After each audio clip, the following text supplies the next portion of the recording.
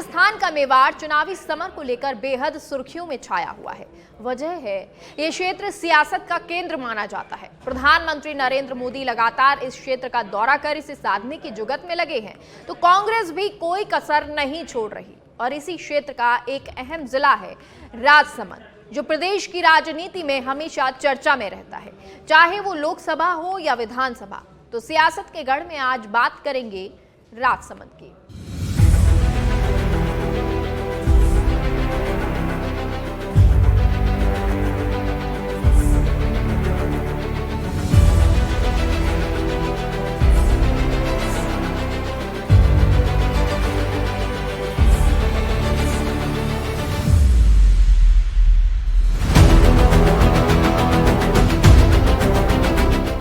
विधानसभा सीटों वाले राजसमंद जिले की सत्ता किसके हाथों में जाएगी, ये तो भविष्य के गर्त में छिपा हुआ है, क्योंकि यहाँ राजनीति के बड़े बड़े धुरंधरों का डेरा है, चाहे वो विधानसभा अध्यक्ष सीपी जोशी हो या फिर सांसद दिया कुमारी।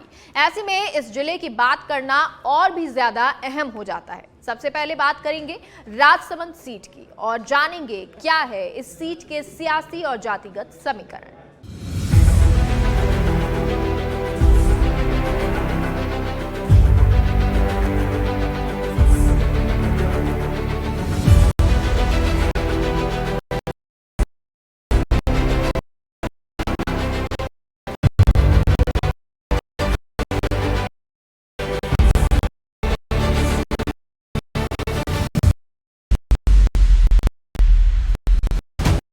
राजस्थान की राजधानी जयपुर से 340 किलोमीटर दूरी पर एक खूबसूरत जिला स्थित है। इसका नाम है राजसमंद।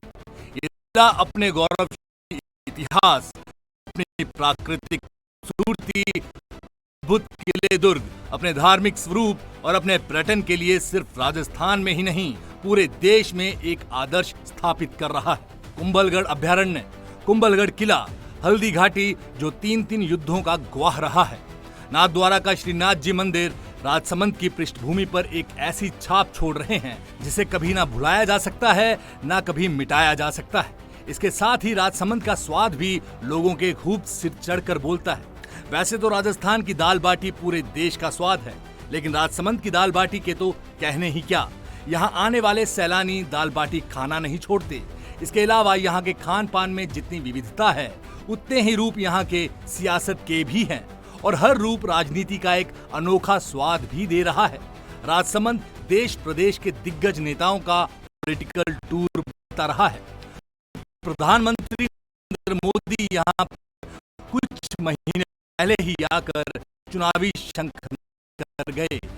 मुख्यमंत्री अशोक गहलोत ने भगवान शिव की सबसे बड़ी प्रतिमा विश्वास रूपम का अनावरण कराया।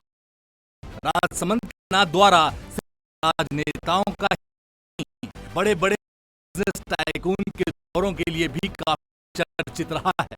इतने महत्वपूर्ण राजसमंद की सियासत कितनी दिलचस्प होगी, इसका अंदाजा आप इन सब से लगा सकते हैं। अब तो चुनावी माहौल है, ऐसे में यहाँ की राजनीति भी परवान चढ़ चुकी है।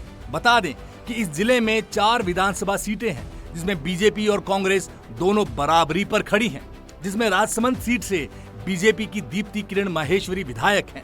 नाथद्वारा से कांग्रेस के दिग्गज नेता सीपी जोशी विधायक हैं, जो विधानसभा के अध्यक्ष भी हैं। कुंभलगढ़ से बीजेपी के सुरेंद्र सिंह राठौड़ विधायक बने हैं, तो भीम विधानसभा क्षेत्र से कांग्रेस के सुदर्शन सिंह रावत विधायक बने हैं। राजसमंद जिले की केंद्र में अहम भूमिका रही है राजनीतिक क्षेत्र में। राजसमंद जिले की चारों विधानसभा सीटों में काफ़ी महत्वपूर्ण है और ये राजनीति में महत्वपूर्ण भूमिका भी निभाती है। और इस बार भी राजसमंद की चारों सीटें अपनी महत्वपूर्ण भूमिका निभाएगी। इस बार 2 सीटें जैसे कांग्रेस के पास है और 2 सीटें बीजेपी के पास है, तो इस बार विशेष कुछ अलग हटके होता दिख रहा है और ये राजसमंद जिले के लिए भी बहुत महत्वपूर्ण है। यानी राजसमंद में 2 सीटों पर बीजेपी और 2 पर ही कांग्रेस का कब्जा है। बात सबसे पहले राजसमंद सीट की करते हैं, जो कि एक हाई प्रोफाइल सीट मानी जाती है। इस सीट की पहचान बीजेपी की बड़ी महिला नेता रही किरण महेश्वरी के नाम से होती रही है। राजसमंद सीट से 2008, 2013 और 2018 में 3 बार किरण महेश्वरी विधायक रह चुकी हैं। 2020 में कोरोना की वजह से किरण महेश्वरी के निधन के बाद उनकी बेटी दीप्ति महेश्वरी उपचुनाव में बीजेपी के टिकट पर विधायक चुनी गई थी। इसके चुनावी इतिहास के बारे में बात करें तो 1951 से अब तक के चुनावों में सबसे ज्यादा 7 बार कांग्रेस जीती। 1951 में केएलपी से भैरव सिंह ने इस सीट से जीत हासिल की थी। उसके बाद 1957 और 1962 में निरंजन नाथ आचार्य जीतकर विधानसभा पहुंचे थे। 1967 में अमृतलाल यादव विधायक बने थे। 1972 और 1980 में नानालाल वीरवाल, 1985 में मदनलाल खटीक और 1990 और 1993 में शांतिलाल खोईलाल ने जीत हासिल की थी। उसके बाद 1998 और 2003 में बंशीलाल गहलोत विजेता रहे हैं और साल 2008 और 13 और 2018 में लगातार 3 बार किरण महेश्वरी ने जीत हासिल की थी। राजसमंद सीट के अगर हम जातिगत समीकरणों की बात करें तो यहाँ पिछले 3 बार से महाजन और राजपूत प्रत्याशियों का दबदबा रहा है। पिछली बार कांग्रेस ने राजपूत को टिकट दिया तो वहीं भाजपा ने महाजन को चुनावी मैदान में उतारा और महाजन ने जीत दर्ज की। राजसमंद सीट पर सवर्ण जाति का दबदबा है। इसके बाद ओबीसी, मुस्लिम और SC/ST वर्ग के मतदाता आते हैं। भाजपा का लगातार जीतने के पीछे यह भी एक बड़ी वजह है कि यहाँ पर सवर्ण जाति के वोटर्स का वर्चस्व है। सच बेधड़क के लिए वीडियो जर्नलिस्ट विक्रम भाटी के साथ ज्योति शर्मा और लाल सिंह फौजदार की रिपोर्ट। भले ही बीजेपी लगातार 20 साल इस सीट पर काबिज हो, लेकिन सबसे ज्यादा बार जीत का तमगा कांग्रेस के पास ही है और उसमें रेल मगरा से आए प्रत्याशियों का दबदबा रहा है। इनके आंकड़ों की बात करें तो 2 बार चुनाव जीतने वाले नानालाल वीरवाल रेल मगरा तहसील के कुरज के निवासी थे।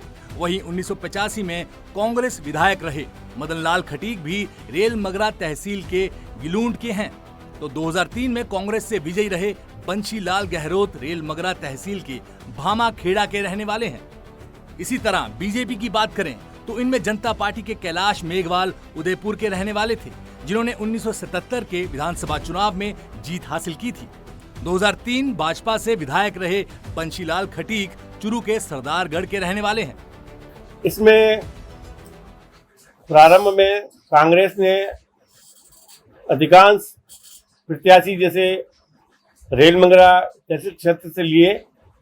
इसमें नानालाल जी वीरवाल थे, मदन लाल जी चौहान रहे, लेकिन बीजेपी ने बाहर के प्रत्याशियों को लाकर इस मैदान में उतारा और वो सफल भी रहे।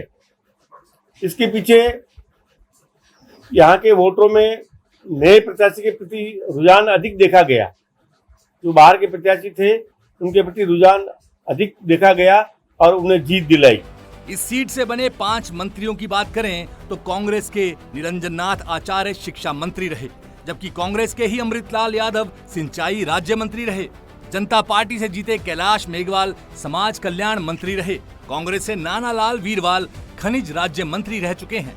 तो वहीं भाजपा से जीती किरण महेश्वरी जलदाय मंत्री और उच्च शिक्षा और तकनीकी मंत्री के पद पर रह चुकी थी। राजसमंद की सियासत के पन्ने इन दिलचस्प किस्सों से भरे पड़े हैं। तो इस बार के चुनाव में ये किस्से फिर से बाहर आ रहे हैं। भविष्य के गर्त में जाएं तो यहाँ के स्थानीय मुद्दे इस बार के चुनाव में बड़ा फेरबदल कर सकते हैं। जहाँ तक राजसमंद विधानसभा क्षेत्र में कांग्रेस द्वारा बीजेपी को चुनौती देने का प्रश्न है, तो कांग्रेस के पास तो इस बार चूँकि मुख्यमंत्री अशोक गहलोत की जितनी भी जन कल्याणकारी योजनाएं थी वही उनके लिए काफ़ी है।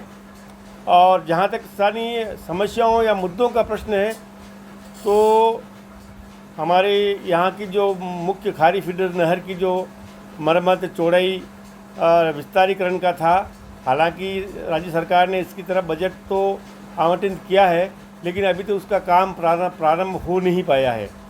और इस तरह से तो और कई ऐसे मुद्दे हैं जो झील की साफ सफाई, झील का सुदृढ़ीकरण, झील की देख रेख आदि कई ऐसे मुद्दे हैं जिनको लेकर विपक्ष हावी रहेगा, जबकि कांग्रेस अपनी जल कल्याणकारी योजनाओं को लेकर ही चुनाव लड़ेगी। इस सीट पर पिछले 20 सालों यानी 2003 से लगातार भाजपा का दबदबा रहा है, तो वहीं कांग्रेस भाजपा के वोट बैंक में सेंध लगाने की जुगत में है।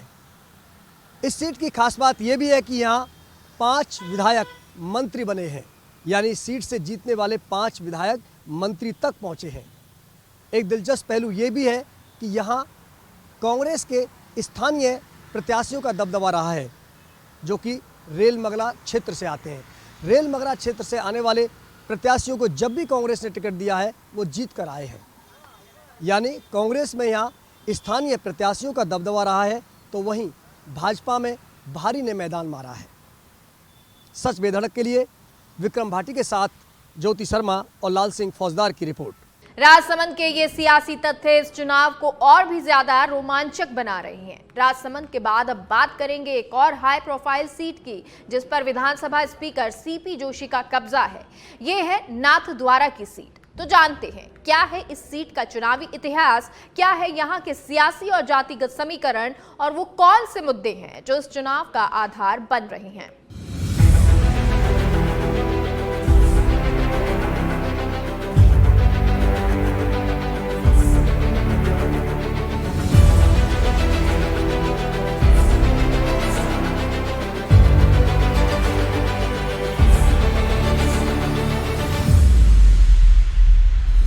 राजसमंद के विधानसभा क्षेत्रों में शामिल हैं नाथद्वारा विधानसभा सीट, वहीं क्षेत्र जो भगवान का द्वार है, उनकी चौखट है, जहां पर विश्व विख्यात श्री नाथ जी का भव्य मंदिर है।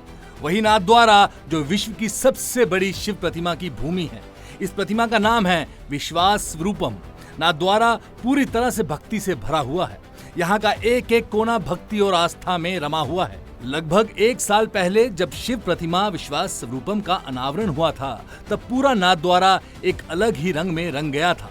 इस प्रतिमा के अनावरण के लिए एक भव्य कार्यक्रम का आयोजन किया गया था, जिसमें प्रसिद्ध कथावाचक मुरारी बापू शामिल हुए थे और मुख्यमंत्री अशोक गहलोत ने मुरारी बापू के हाथों से ही इस भव्य प्रतिमा का अनावरण कराया था। नाथद्वारा में अक्सर बीजेपी कांग्रेस के दिग्गज नेताओं के दौरे होते रहते हैं, तो कई बिजनेस टाइकून भी यहाँ हाजिरी लगाते रहते हैं। कुछ महीने पहले 10 मई को जब प्रधानमंत्री नरेंद्र मोदी नाथद्वारा आए थे, तब ये धार्मिक नगरी अनोखे नजारे के साथ सियासत का अखाड़ा बन गई थी।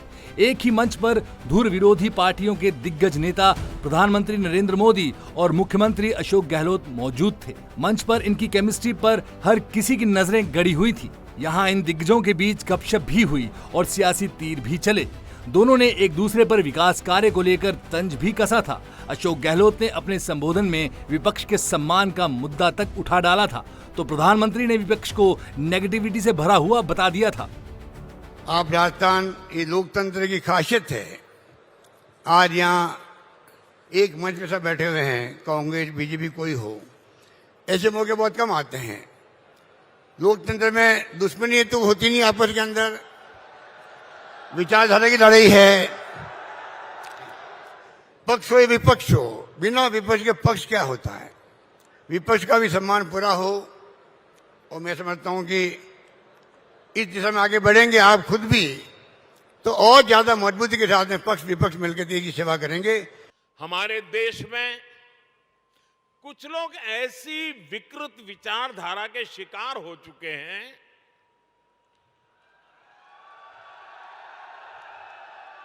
इतनी नकारात्मकता से भरे हुए हैं, देश में कुछ भी अच्छा होता हुआ वो देखना ही नहीं चाहते, और उन्हें सिर्फ विवाद खड़ा करना ही अच्छा लगता है। जो लोग कदम कदम पर हर चीज वोट के तराजू से तोलते हैं, वो कभी देश के भविष्य को ध्यान में रखकर योजना नहीं बना पाते। सियासत के ये तीर जो आज भी चल रहे हैं और चुनाव पास आने के साथ साथ ये और भी तीखे और भी पैने होते जा रहे हैं। नाथद्वारा की सियासत की बात करें तो यहाँ की सीट से विधानसभा अध्यक्ष सीपी जोशी विधायक हैं। मुख्यमंत्री अशोक गहलोत कई मौकों पर ये कह चुके हैं कि सीपी जोशी के कार्यकाल में जो यहाँ का विकास हुआ है वो वाकई में काबिले तारीफ है। ऐसे में इस बात की पूरी संभावना जताई जा रही है कि सीपी जोशी एक बार फिर नाथद्वारा से ही ताल ठोकेंगे। बात सीपी जोशी की हो रही है तो इस सीट पर उन्हें टक्कर देने वाले बीजेपी के दिग्गज नेता कल्याण सिंह चौहान की भी करनी होगी, जिनका साल 2018 में निधन हो चुका है। लेकिन इससे पहले नाथद्वारा सीट के चुनावी इतिहास की बात कर लेते हैं। 1952 से अब तक कुल 15 चुनाव हुए हैं, जिसमें से इस सीट से 8 बार ब्राह्मण, 6 बार राजपूत और 1 बार जैन उम्मीदवार जीत चुका है। 1957 से कांग्रेस 8 बार, बीजेपी 4 बार, जनसंघ जनता पार्टी और निर्दलीय प्रत्याशियों ने भी 1-1 बार चुनाव जीता है। 1952 में निर्दलीय शिवरती महाराज विधायक बने थे। इसी तरह 1957 के चुनाव में कांग्रेस के मास्टर किशन लाल शर्मा, 1962 में जनसंघ के विजय सिंह चुनकर विधायक बने। 1967 में कांग्रेस के मास्टर किशन लाल शर्मा, 1972 में कांग्रेस के मनोहर लाल कोठारी जीते। फिर 1977 में जनता पार्टी के नवनीत पालीवाल चुनाव जीते। 1980 और 1985 में कांग्रेस के डॉक्टर सीपी जोशी जीतकर विधानसभा पहुंचे। 1990 और 1993 में भाजपा के शिवदान सिंह जीते। इसके बाद फिर 1998, 2003 में कांग्रेस के डॉक्टर सीपी जोशी विधायक बने। 2008 और 2013 में बीजेपी के कल्याण सिंह चौहान विधायक बने। 2018 में फिर से कांग्रेस के सीपी जोशी जीते। सही कहा, नाथद्वारा वास्तव में हाई प्रोफाइल सीट है। और राजस्थान में देखो तो राजस्थान में भी नाथद्वारा सबसे हाई प्रोफाइल सीट है, क्योंकि वह डॉक्टर सीपी जोशी का विधानसभा क्षेत्र है, जो कि विधानसभा अध्यक्ष हैं। लेकिन डॉक्टर सीपी जोशी ने उस क्षेत्र में, अपने विधानसभा क्षेत्र में इस कार्यकाल में इतना विकास कार्य करवाया है, जो जनता के मांगने से पहले ही उन्होंने उनको इतना कुछ दिया है, इतना विकास कार्य करवाया है कि यह सीट उनके लिए बहुत ही सुरक्षित हो गई है। नाथद्वारा सीट के चुनावी इतिहास में झांकेंगे तो पता चलेगा कि सीपी जोशी, जो कांग्रेस के सबसे मजबूत खिलाड़ी हैं, उन्हें कांटे की टक्कर दी थी भाजपा के कल्याण सिंह चौहान ने। कल्याण सिंह चौहान ने अपनी 30 साल की उम्र में 8 चुनाव लड़े थे और जीते भी थे। सीपी जोशी को उन्होंने लगातार 2 बार करारी शिकस्त दी और दोनों बार उन्हें हराया, वो भी तब जब सीपी जोशी एक बार को 2008 में मुख्यमंत्री के पद का उम्मीदवार बताए जा रहे थे, लेकिन 1 वोट से वो हार गए। अगर ऐसा ना होता तो तब राजस्थान का इतिहास कुछ और होता। हालांकि 2009 में सीपी जोशी भीलवाड़ा से लोकसभा का चुनाव लड़े और जीतकर संसद में पहुंचे। वैसे तो नाथद्वारा में विकास हर बार मुद्दा रहता है, जिसे सीपी जोशी ने अपने कार्यों से कुछ कम करने की कोशिश की है, लेकिन देखना है इस बार और कौन से मुद्दे चुनाव में रहेंगे। तो जैसे कांग्रेस अपने विकास मुद्दे ही बताएगी, तो जो इन्होंने विकास कार्य करवाए हैं, और विकास कार्य भी अनगिनत विकास कार्य कराए हैं, ऐसे विकास कार्य हुए हैं, ऐसी योजनाएं, ऐसे विभाग वहाँ पर लाए गए हैं, जिनको पब्लिक के बीच ले जाएगी और मतदाताओं से वोट मांगेगी। नाथद्वारा सीट के अगर जातिगत समीकरणों की बात की जाए तो यहाँ पिछले 15 सालों से भाजपा और कांग्रेस ने राजपूत और ब्राह्मण को ही अपना प्रत्याशी बनाया है। कांग्रेस ने एक बार जैन और एक बार गुर्जर को अपना उम्मीदवार बनाया था। नाथद्वारा सीट पर राजपूत और ब्राह्मण वर्ग के मतदाताओं का दबदबा है, और ये बात केवल नाथद्वारा सीट पर लागू नहीं होती, बल्कि मेवाड़ इलाके की सभी सामान्य सीटों पर कमोवेश यही समीकरण देखने को मिलता है। सच बेधड़क के लिए वीडियो जर्नलिस्ट विक्रम भाटी के साथ ज्योति शर्मा और लाल सिंह फौजदार की रिपोर्ट। एक छोटी सी ब्रेक के लिए रुकते हैं, कहीं मत जाइए, जल्द लौटते हैं।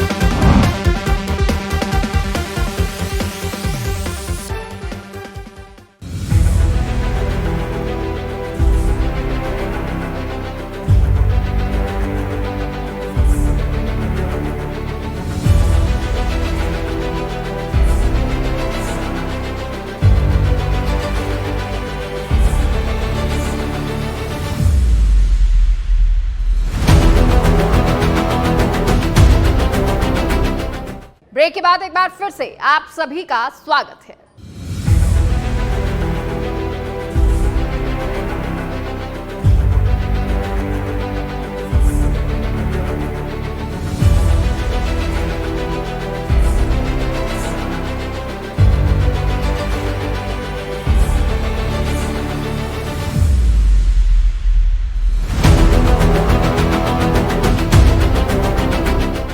सियासत के गढ़ राजसमंद में नाथद्वारा के बाद बात करेंगे भीम और कुंभलगढ़ सीट की। जानेंगे यहां का इतिहास, बात करेंगे यहां के जातिगत समीकरणों की और पता लगाएंगे उन मुद्दों को जो इस बार कांग्रेस के सामने खड़े हुए हैं।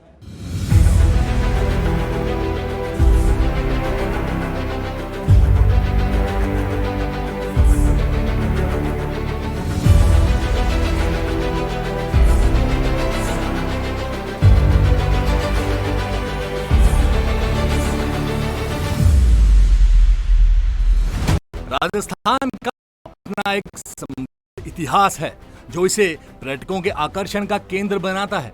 यहाँ के किले और महल सैलानियों को अपनी ओर बेहद आकर्षित करते हैं। वैसे तो जयपुर से लेकर जैसलमेर तक आमेर का किला लोगों के बीच काफी मशहूर है, लेकिन इनके बीच भी कुंभलगढ़ के किले की एक अलग ही पहचान है। इस किले की खासियत इसकी 36 किलोमीटर लंबी दीवार है। ये राजस्थान के हिल फाउंटेन में शामिल एक विश्व धरोहर स्थल है। 15वीं शताब्दी के दौरान राणा कुंभा ने इसका निर्माण कराया था। इस किले की दीवार को एशिया की दूसरी सबसे बड़ी दीवार का दर्जा मिला हुआ है। चीन की ग्रेट वॉल के बाद भारत की ये दीवार दूसरे नंबर पर आती है। ये कुंभलगढ़ का किला राजसमंद के जिस विधानसभा क्षेत्र में है उसका नाम कुंभलगढ़ है। ये सीट भी विधानसभा चुनाव में एक अहम भूमिका रखती है। महाराणा प्रताप की जन्मस्थली कुंभलगढ़ में राजपूत समाज का दबदबा है। यहाँ से चुनाव लड़ने वाले कांग्रेस के हीरालाल देवपुरा ने मुख्यमंत्री का पद भी संभाला था। यहाँ के चुनावी इतिहास के बारे में बात करें तो कांग्रेस की तरफ से 1980 से 2003 तक हीरालाल देवपुरा चुनाव लड़े। तो वहीं इसके बाद कांग्रेस पार्टी ने 2008 से 2018 तक गणेश सिंह परमार को टिकट दिया, जिसमें परमार 2008 का चुनाव जीते। लेकिन 2013 और 2018 के चुनाव में परमार को लगातार इस सीट से हार का सामना करना पड़ा। 2018 और 2013 में बीजेपी के सुरेंद्र सिंह राठौड़ जीते। फिर इसके बाद 2003 में भी गणेश परमार ने जीत दर्ज की थी। 1998 में हीरालाल देवपुरा चुनाव जीतकर विधायक बने थे। आंकड़े बताते हैं कि यहाँ पर 2008 तक कांग्रेस का अच्छा खासा प्रभाव देखा गया, लेकिन इसके बाद से बीजेपी का वर्चस्व यहाँ पर छा गया और ऐसा छाया कि पिछले 2 बार के चुनाव से लगातार पार्टी के सुरेंद्र राठौड़ जीत रहे हैं। सही है। एक समय में कुंभलगढ़ की सीट बहुत महत्वपूर्ण मानी जाती थी, क्योंकि वहाँ से श्री हीरालाल देवपुरा जो प्रतिनिधित्व करते आए थे वह मुख्यमंत्री भी रहे। लेकिन उनके बाद ये सीट बीजेपी के पाले में गई, फिर वापस ये कांग्रेस के पाले में आई, लेकिन उसके बाद ये निरंतर बीजेपी के पाले में ही चल रही है। इसके पीछे मतदाताओं का रुझान का बदलना और व्यक्ति विशेष या जो स्टेट में जिसकी सरकार है उसकी बदौलत लोग अपना मत बदल लेते हैं और उसी के चलते ये बीजेपी का गठ बना हुआ है। लेकिन ऐसा माना जा रहा है कि इस बार कुछ विशेष होने वाला है। कुंभलगढ़ सीट पर वोटर्स के बारे में बात करें तो यहाँ करीब 2.25 लाख मतदाता हैं, जिनमें सबसे अधिक राजपूतों की संख्या है। इस सीट पर लगातार राजपूतों का दबदबा देखने को मिल रहा है।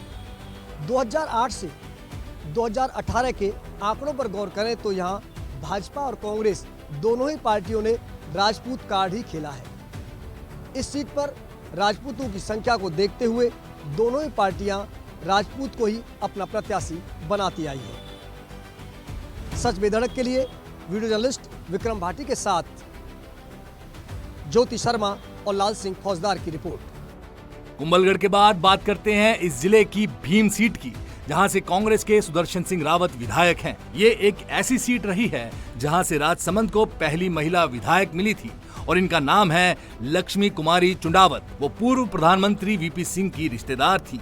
इस सीट के चुनावी इतिहास की बात करें तो 1977 से अब तक के चुनाव में 5 बार कांग्रेस को जीत मिली है वहीं सिर्फ 3 बार बीजेपी का विधायक चुना गया है, तो वहीं एक बार जनता पार्टी और जनता दल को भी मौका मिला है। बीजेपी के हरि सिंह रावत पर पार्टी 2003 से लगातार भरोसा जताकर टिकट दे रही है, जिसमें हरि सिंह 2013 तक लगातार 3 बार जीत दर्ज कर चुके हैं। लेकिन 2018 में हरि सिंह के चौका मारने का सपना कांग्रेस के सुदर्शन सिंह रावत ने तोड़ दिया था। इससे पहले 1998 और 1993 में कांग्रेस से लगातार लक्ष्मण सिंह रावत विधायक बने थे। हालांकि 1985 से लगातार कांग्रेस उन्हें टिकट दे रही थी। हालांकि इस बार देखना है कि भीम की जनता किसे अपना विधायक चुनती है, क्योंकि यहाँ के कुछ मुद्दे इस चुनाव में हावी रहने वाले हैं, जिनका सामना कांग्रेस को करना होगा और उनका फायदा उठाने के लिए बीजेपी बिल्कुल तैयार खड़ी है। भीम विधानसभा क्षेत्र में हालांकि प्रारंभ में कांग्रेस की स्थिति रही है परंपरागत, लेकिन बीच में 2 बार में ये बीजेपी की झोली में गई। क्योंकि वहाँ पर लक्ष्मण सिंह जी रावत जो पूर्व विधायक रहे, पूर्व मंत्री भी रहे, और उसके बाद गत चुनाव में उनके पुत्र सुरेंद्र सिंह ने रावत ने सीट हथियाई। और क्योंकि वहाँ पर भी इस बार सुरेंद्र सिंह ने बहुत अधिक ही विकास कार्य करवाए हैं। जो पानी वहाँ से लाने का जो प्रोजेक्ट था उनका, वो उन्होंने स्वीकृत कराया है। इसके अलावा कई कॉलेज खुलवाए, कई खेल के मैदान बनवाए हैं वहाँ पर। मतलब इतने विकास की उम्मीद लोगों को नहीं थी, उससे अधिक उन्होंने विकास कार्य करवाए हैं। और राज्य सरकार की तरफ से जन कल्याणकारी योजना चलाई, उसका लाभ भी उनको मिलेगा। और इस बार भीम में बहुत अच्छा देखने को मिलेगा। भीम विधानसभा क्षेत्र के अगर जातिगत समीकरणों की बात करें तो यहाँ करीब 3 लाख की आबादी है, जिनमें से 89% आबादी गाँव में निवास करती है और 10% आबादी शहरों में निवास करती है। यह सामान्य सीट है, लेकिन यहाँ पर एसटी वर्ग के मतदाताओं का दबदबा है। एसटी वर्ग के मतदाताओं की संख्या 14% है, तो वहीं एससी वर्ग के मतदाता 3% पाए जाते हैं। इन जातीय समीकरणों के आधार पर यह कहा जा सकता है कि सियासत के गढ़ राजसमंद में चुनावी मुकाबला बेहद दिलचस्प हो गया है। अब यहाँ के उम्मीदवारों का जीत का भविष्य तो मतदाताओं के हाथ में ही है, जो भविष्य के गर्भ में छुपा हुआ है। सच बेधड़क के लिए वीडियो जर्नलिस्ट विक्रम भाटी के साथ ज्योति शर्मा और लाल सिंह फौजदार की रिपोर्ट।